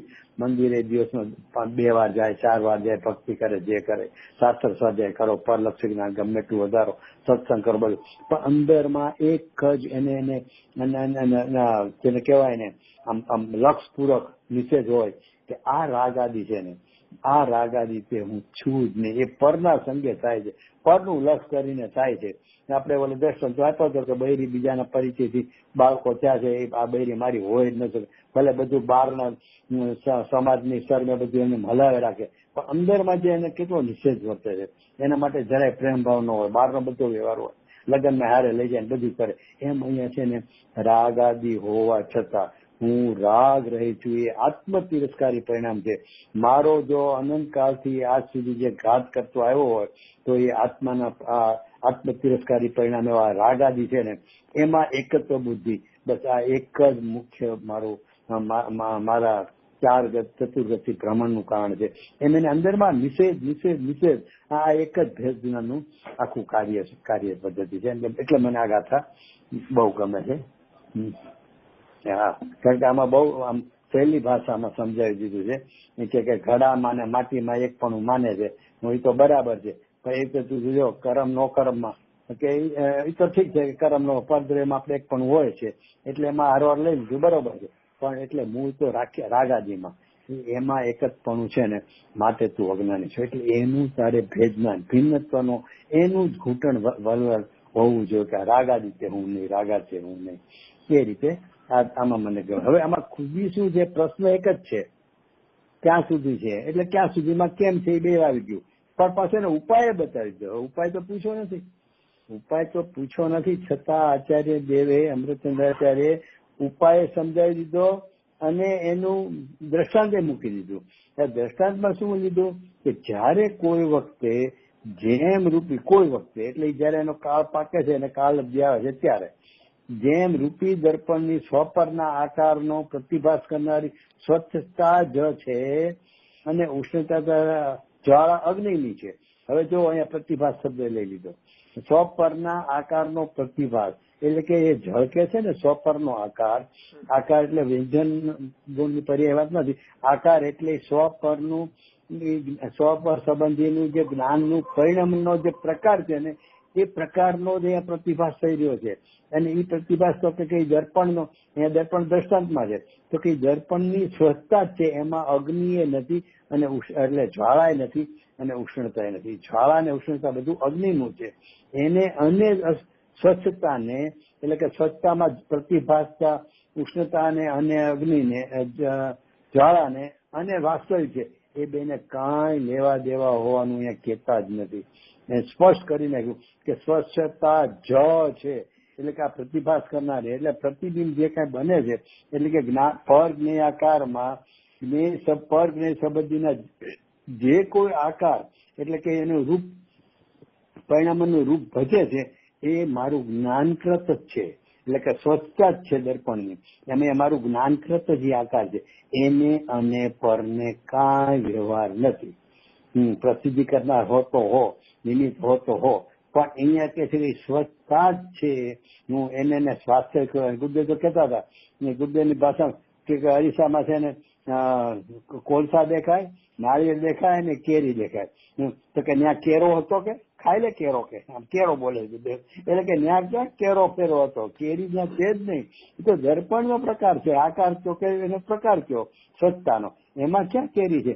એમ અહીંયા જ્ઞાનમાં પ્રતિભાસે છે ને એ તારી જ્ઞાનની જ સ્વચ્છતા છે, એને અને પરદ્રવ્યને એમાં જે ઝળકે છે, જે નિમિત્તભૂત થાય છે એને કાંઈ લેવા દેવા નથી. તો શું છે, તો કે અરૂપી આત્માની તો પોતાને ને પરને જાણનારની ઓલતું દ્રષ્ટાંત હતું. જ્ઞાતાપણું છે અને કર્મ તથા નોકર પૂતગલના છે. એટલે કે અગ્નિની જે ઉષ્ણતાના જ્વાળા છે ને એ તો અગ્નિની જ છે, દર્પણમાં ઝળકે છે એ તો દર્પણની પોતાની છે. એમ અહીંયા કહે છે કે જ્ઞાનાકાર રૂપ પરિણામ તારું છે. જ્ઞેય સંબંધીનું પણ એટલે કર્મ નોકર્મ અને રાગાદી એ સંબંધીનું પણ અહીંયા જે જ્ઞાનાકાર જ્ઞાન થયું ને એ જ્ઞાનાકાર એ પોતાનો જ જ્ઞાનાકાર છે. એટલે કે જ્ઞાતૃતા એટલે જ્ઞાતાપણું જ છે એ તું છો, એટલે ઈ આત્મા છે અને કર્મ નો કર્મ છે ને એ પૂજ્ય છે. આવું જયારે ભેદજ્ઞાન થાય તો એ ભેદજ્ઞાન પોતાથી જ અથવા પરના ઉપદેશથી પોતાથી તો થાય જ, એ તો બરોબર છે, કારણ કે ઉપાદાનથી જ કાર્ય થાય છે, નિમિત્તથી તો થતું જ નથી. છતાં પણ અથવા પરના ઉપદેશથી જેનું મૂળ ભેદજ્ઞાન છે એવી અનુભૂતિ ઉત્પન્ન થશે ત્યારે જ પ્રતિભૂત થશે. એટલે અપ્રતિભૂત ક્યાં સુધી છે, કેમ છે એ પેલા દ્રષ્ટાંતથી સમજાવી દીધું. પછી વગર પૂછે એ કેમ ટળશે એટલે કે કેમ પ્રતિભૂત થશે એની પણ દ્રષ્ટાંતપૂર્વક એ સમજાવી દીધું કે ભાઈ આ રીતે તું પ્રતિભૂત થઈશ કે જયારે તને તારું જ્ઞાન જ જણાય છે. મારું તો જ્ઞાતાપણું એ જ હું છું અને જ્ઞાતાપણામાં સામે જે જ્ઞેય છે એ તો જ્ઞેયના છે, પૂજગલના છે, એટલે કે રાગાદી છે એ પૂજગલના છે, અને હું તો જ્ઞાન સ્વભાવિક જ્ઞાતા જ છું. આવું ભેજ્ઞાન એ ભેજ્ઞાન જયારે થશે, એ આવા ભેજ્ઞાનની અનુભૂતિ છે, એટલે બેની ભીલપણાની અનુભૂતિ થશે ને ત્યારે તું પ્રતિભૂત થશે એમ કરીને એનો ઉપાય પણ બતાવી દો. એટલે પ્રશ્ન 1 અને એમાં ઉત્તર જોવો તો 2, 3, 4 એટલે ગજબ આખી. એટલે મને આ ગાથામાં આમ ગાથા સરળ એટલી છે, અને પાછું એમાં બધું સમજાવી તો તને પહેલેથી લઈને છેલ્લે સુધીનું બધું સમજાવી દીધું છે. એટલે બહુ વિશેષ જેને જે રીતે ભાવ આવે પણ આ રીતે સમજવા જાય છે. લૌકિક એક્ઝામ્પલ આપવું હોય ને તો આપણે એમ કદાચ આપી કે કોઈ કુંવારો માણસ હોય એ જ્યોતિષી પાસે જાય કે ભાઈ હું ક્યારે મારું ક્યાં સુધી કુંવારો રહીશું, તો ઓલા કીધું તમે ક્યાં સુધી રહેશો, કોણ તમને મળશે અને કઈ રીતે મળશે, એ બધું કહી દે. બધું કહી દે, બધું કહી દે. બરોબર છે, તમારી વાત સાચી છે. એવું છે, બરોબર છે, એમ જ છે. અહીંયા આચાર્ય ખાલી એટલું જ પૂછ્યું કે ભાઈ ક્યાં સુધી છે, તો ક્યાં સુધી છો, કેમ છો, કેટલો ટાઈમ છો એ તો બે કહી દીધું, પણ હારવાર કઈ રીતે એ ટળશે અને કેમ પ્રાપ્તિ થશે બધું અહીંયા સમજાવી દીધું. એટલે એમાં કોણ નિમિત્ત પાસે કઈ રીતે તમે પ્રાપ્ત થશો. એટલે એક જ ગાથામાં એક પ્રશ્નમાં એને બધું જ આખું ઉપરથી નીચે સુધીનું એટલે આખી પ્રક્રિયા સમજાવી દીધી છે. એટલે પછી કઈ બાકી ન રહે. ભલે પછી હવે એનું લક્ષણ પૂછ્યું, હવે પૂછશે કે લક્ષણ શું હોય, ચિહ્ન શું, પણ ખરેખર તો આમાં ચિહ્ન આવી ગયું આમ જોવો તો, કારણ કે આવું છે ત્યાં સુધી અપ્રતિબુદ્ધ છે, એટલે કે અજ્ઞાની છે. તો અજ્ઞાની કેમ છે કે આવું અજ્ઞાન છે, તો કેવું અજ્ઞાન છે, તો કે જે ભીનપણું છે એમાં એને એકપણું માન્યું છે. એટલે ભીનપણું છે એટલે શું કે પરિવાર ભેગો રહેતો હોય, ભેગા છે ને ભેગા માન્યું તો બરોબર છે, પણ તમે વેવાઈને ભેગા સમજો કે સાસુ સસરા ઓલા છોકરાના સાસુ સસરા છે ને એનો પરિવાર છે, એ અમારે એકરૂપ છે, એટલે એનો બધો હિસાબ કિતાબ વ્યવહાર પૈસાનો બધો અમારી હારેનો છે, તો એ તો તારું જુદું છે, કારણ કે એવું તો હોય જ નહીં. એનો પરિવારનો એનો બધો હિસાબ કિતાબ, એનું રહેણી કરણી બધું જુદી જ હોય. વ્યવહાર આવા જવાનો હોય છે કે એકરૂપ થોડો થઈ જાય છે, એટલે એને તું એકરૂપ માની બેસે, એ તારું જૂઠું છે. એમાં રાગ આદિ છે એને તું તારા માને છો, તો એ જૂઠું છે. તો એટલે એમ કરીને આમ મને તો એક નાની હતા પણ એમાં એટલું બધું સમજાવી દીધું. એટલે એમ થાય કે 20મી ગાથામાં 20-21 ગાથામાં ભલે બીજો વિસ્તાર બધો આવશે, પણ એનું લક્ષણ આમાં આવી તો ગયું કે એ બેને એક રૂપ માયના આત્મતિરસ્કારી પરિણામ ને પોતાના માયના માટે છે, એ એનું લક્ષણ છે અજ્ઞાનીનું. છતાં એ પછી 20મી એક જનરલ સવાલ છે, એટલે એકદમ રિલેટેડ નથી આ ગાથા, પણ આમાં પ્રતિભા શબ્દ આવ્યો ને, પ્રતિભા શબ્દ આવ્યો ને ત્યારે અહીંયા ઓકે, તો એ રીતે આપણે ઓવરઓલ સમસ્યામાં જોઈએ, ઓવરઓલ આખા સમસ્યામાં જોઈએ તો જ્યાં પ્રતિભા શબ્દ વપરાયો છે ટીકાની અંદર, તો એ ટીકાની અંદરમાં બધે ઠેકાણે ઝડપવું એનો અર્થ થાય છે કે અમુક ઠેકાણે ઝડપવું, અમુક ઠેકાણે જાણવું? ના એ બરોબર છે. હા, તમે સારું કીધું.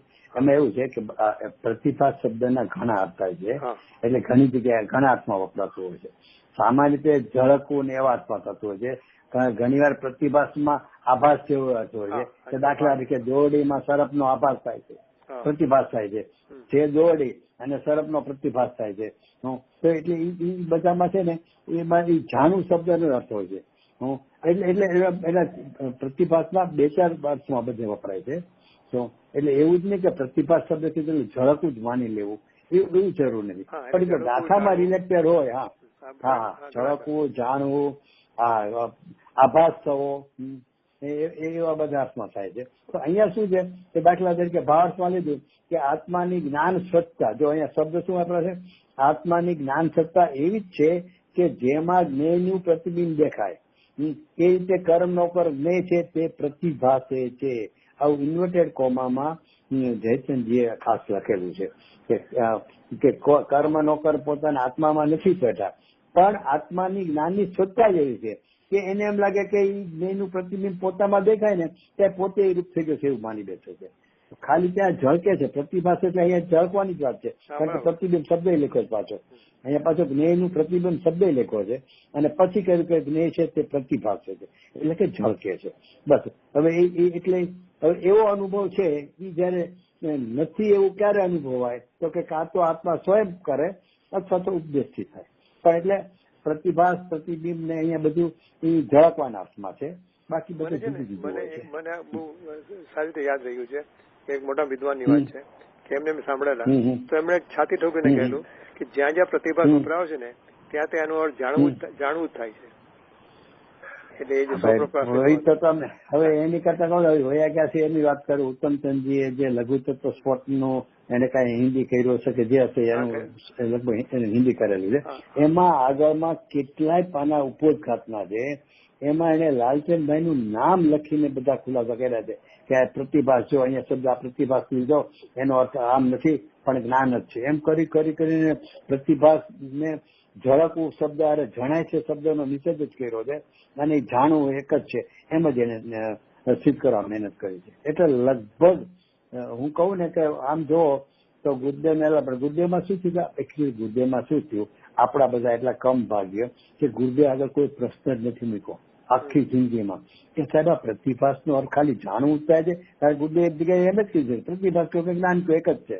હવે એને ગુરુદેવ કીધું પણ કોઈ ક્યારે પછી આગળ જેમ કે અહીંયા બધું આવ્યું આ પ્રતિભાસ પ્રતિબિંબ તો અહીંયા પૂછવું હોવું જોઈએ ને કોઈ કે ભાઈ અહીંયા પ્રતિબિંબ કીધું એટલે પ્રતિભાસ કીધું જ્ઞાનના અર્થમાં લેવું જાણવાના અર્થમાં લેવું કે જણાય છે એના અર્થમાં લેવું અથવા તો ઓલામાં જણાઈ રહ્યો છે આ બાળગોપાલ તે જણાય એટલે પ્રતિભાસ ઝળકન કેવું કે જાણવું કેવું એવું કોઈ ગુરુદેવને પૂછ્યું જ નથી. અને ગુરુદેવ ગયા પછી લાલુભાઈ ખૂબ ચગાવ્યું પણ બાકીના લાલુભાઈને એકને છોડી અને જેટલા તમને વિદ્વાનોના નામ નજરે ચડે એમાંથી કોઈ એ માનવા તૈયાર હતા એ નથી અને છે એ પણ તૈયાર નથી કે પ્રતિભાસ અને જ્ઞાન એ જુદા છે.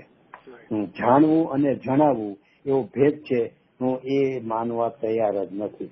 પણ મને એ નથી સમજાતું લોકાલોકનો પ્રતિભાસ છે એ કઈ રીતે બેસતું હશે 11મી શક્તિ કઈ રીતે બેસતું ખબર નથી. આપણે કઈ પછી બસ એ લોકોના અભિપ્રાયમાં પછી કઈ આપણે ઊંડા નથી ઉતર્યા ખાલી ભાષાથી ખબર છે કે એ લોકો આટલો નિષેધ કરે છે. પણ બાકી તમે કીધું એમ છે કે પ્રતિભાસને જાણવું એમાં બહુ ગડમથલ છે. એટલે એ તો બોલો તમારે થઈ ગયા પણ એટલે હવે આપણે એટલે આપણે 20, 21, 22 20, 21, 22